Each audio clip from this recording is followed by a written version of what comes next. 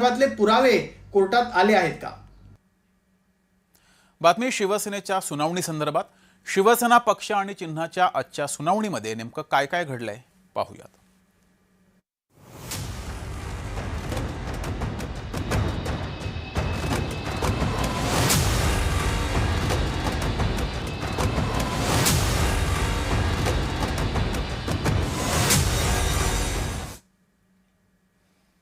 शिवसेना पक्ष आणि चिन्ह खटल्यामध्ये आज सुप्रीम कोर्टामध्ये सुनावणी पार पडली। यामध्ये ठाकरे गटाचे वकील कपिल सिब्बल यांनी विधानसभा अध्यक्ष राहुल नार्वेकर यांनी दिलेला निकाल खोडून काढण्याचा प्रयत्न केला। शिवसेना विधिमंडळ पक्ष म्हणजेच शिवसेना होय, हा अध्यक्षांचा निर्णय कायद्याला धरून नाही असा युक्तिवाद कपिल सिब्बल यांनी केला। विधिमंडळ पक्ष आणि राजकीय पक्ष या दोन स्वतंत्र गोष्टी आहेत। अधिक महत्त्वाचं म्हणजे ज्या 2018च्या पक्ष घटनेवर शिंदे आक्षेप घेतात त्याच पक्ष घटनेच्या अंतर्गत त्यांना विधिमंडळ पक्षनेते नेमण्यात आलं होतं असाही युक्तिवाद सिब्बल यांनी केला। तिसरी महत्त्वाची बाब म्हणजे ज्या पक्षप्रमुखांनी शिंदेंना तिकीट दिलं, पक्षाचं चिन्ह वापरण्याची परवानगी दिली, तेच उद्धव ठाकरे एक दिवस अचानक यांना पक्षप्रमुख म्हणून चालत नाहीत, याला काय अर्थ आहे असा सवालही सिब्बल यांनी कोर्टामध्ये उपस्थित केला। बुधवारी दुपारी पुन्हा यावर सुनावणी होणार आहे। कपिल सिब्बल यांनी जोरदार युक्तिवाद केलेला आहे। सलग 2 आठवडे ते युक्तिवाद करतायत। याआधी निवडणूक आयोगावर सुद्धा त्यांनी अनेक आक्षेप घेतले होते। निवडणूक आयोगाच्या निर्णयावर आक्षेप घेतले होते। त्यानंतर विधानसभा अध्यक्षांनी जो निर्णय घेतला होता त्यावर सुद्धा कपिल सिब्बल यांनी युक्तिवाद करताना आक्षेप घेतलेले आहेत।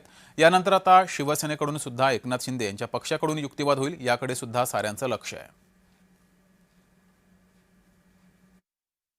कपिल सिब्बल हे आपल्या आशिलासाठी युक्तिवाद करत आहेत। स्वाभाविक आहे, त्यांना जी बाजू मांडायची आहे ते मांडतील, परंतु कपिल सिब्बलांचं मत म्हणजे काय कोर्टाचं मत नाही आहे। मी दिलेला जो निर्णय आहे तो कायद्याच्या चौकटीत राहून सुप्रीम कोर्टाने जे निकष दिलेले त्या निकषाच्या आधारावरती दिलेला निर्णय आहे। त्यामुळे मला पूर्ण खात्री आहे की हा निर्णय शाश्वत आहे, तो टिकून राहील। तर युक्तिवादामध्ये कपिल सिब्बल यांनी काय महत्त्वाचे मुद्दे आज मांडले आहेत त्यावर एक नजर टाकूयात।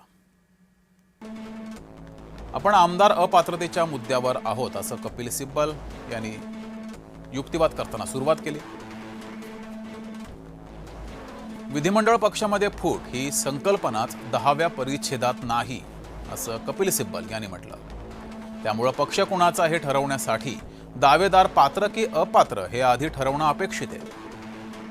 आमदार अपात्रतेवर त्यांनी बोट ठेवलं, पण तसं न झाल्यानं विधानसभा अध्यक्ष त्यांच्या अधिकार कक्ष बाहेर गेले असं म्हणावं लागेल असं म्हणत विधानसभा अध्यक्षांच्या निर्णयावर आक्षेप घेतला। बहुतांश आमदार म्हणजेच राजकीय पक्ष हा अध्यक्षांचा निर्णय सदोष आहे। राजकीय पक्षांचं मत पक्षप्रमुखांच्या आदेशापेक्षा वेगळं आहे असं अध्यक्षांनी ठरवलं ते चूक आहे असंही कपिल सिब्बल यांनी युक्तिवादामध्ये म्हटलंय। ते असं कसं म्हणू शकतात असा सवाल उपस्थित केला। जे पक्षावर दावा करत आहेत त्यांना पक्षप्रमुखांनीच नेमलं आहे हा मुद्दा सुद्धा नमूद केला। निवडणूक लढली पक्षप्रमुखांच्या नेतृत्वात, एबी फॉर्म दिला पक्षप्रमुखांच्या मर्जीनं।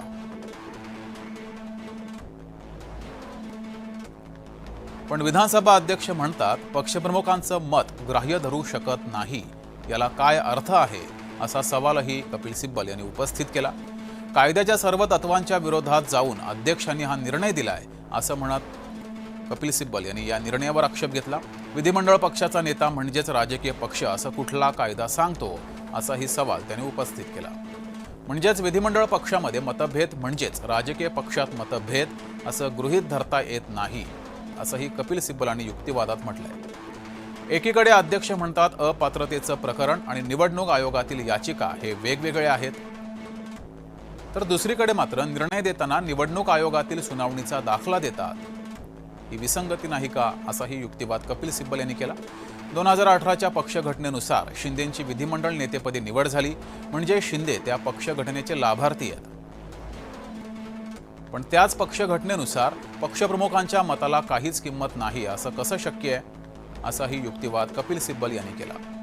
विधिमंडळ पक्षातील आमदार राजकीय पक्षाचा सदस्य असतो, म्हणजेच एक आमदार स्वतःला पक्षाचा सर्वेसर्वा घोषित करू शकत नाही। विधिमंडळ पक्ष सदस्य आणि राजकीय पक्षाचा सदस्य यामध्ये फरक आहे असं 10व्या परिच्छेदात म्हटलं आहे. विधिमंडळ पक्ष म्हणजेच राजकीय पक्ष असं कुठेही लिहिलेलं नाही असं पुन्हा एकदा युक्तिवादात कपिल सिब्बल यांनी म्हटलंय. पण विधानसभा अध्यक्षांनी नेमकं तेच गृहीत धरून निर्णय दिलाय. त्यामुळे हा निर्णय सदोष आहे असं कपिल सिब्बल यांनी म्हटलंय. तर ज्येष्ठ विधिज्ञ ॲडव्होकेट गिरीश राव यांनी कसं विश्लेषण केलंय ते पाहूयात.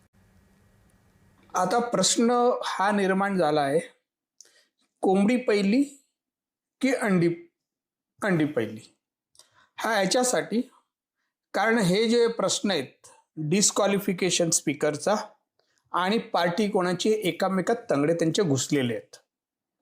ह्याचं कारण असं आहे, पक्ष कोणाचा हे ठरवताना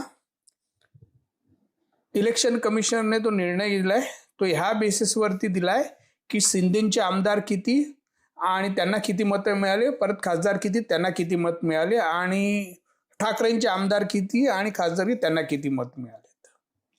आता जेव्हा आमदार किती आणि खासदार किती जेव्हा प्रश्न येतो, तर आमदार अँड द डिस्क्वालिफिकेशनचा जो प्रश्न आहे, तर ते डिस्क्वालिफाय झाले असते तर ते आमदार राहिले नसते, त्याच्यामुळे त्यांना किती मतं मिळाले हा सेकंडरी प्रश्न झाला असता. पण काय झालं, तेव्हा ते आमदारांचं ते आमदार आहेत की नाही हा प्रश्न ठरलेला नव्हता स्पीकरने तोपर्यंत. जेव्हा स्पीकरकडे ही गोष्ट आली तेव्हा स्पीकरवर गोष्ट आली की पार्टी कोणाची, पार्टी शिंदेची. मग व्हीप कोणी दिलेलं, शिंदेंनी व्हीप दिलेलं.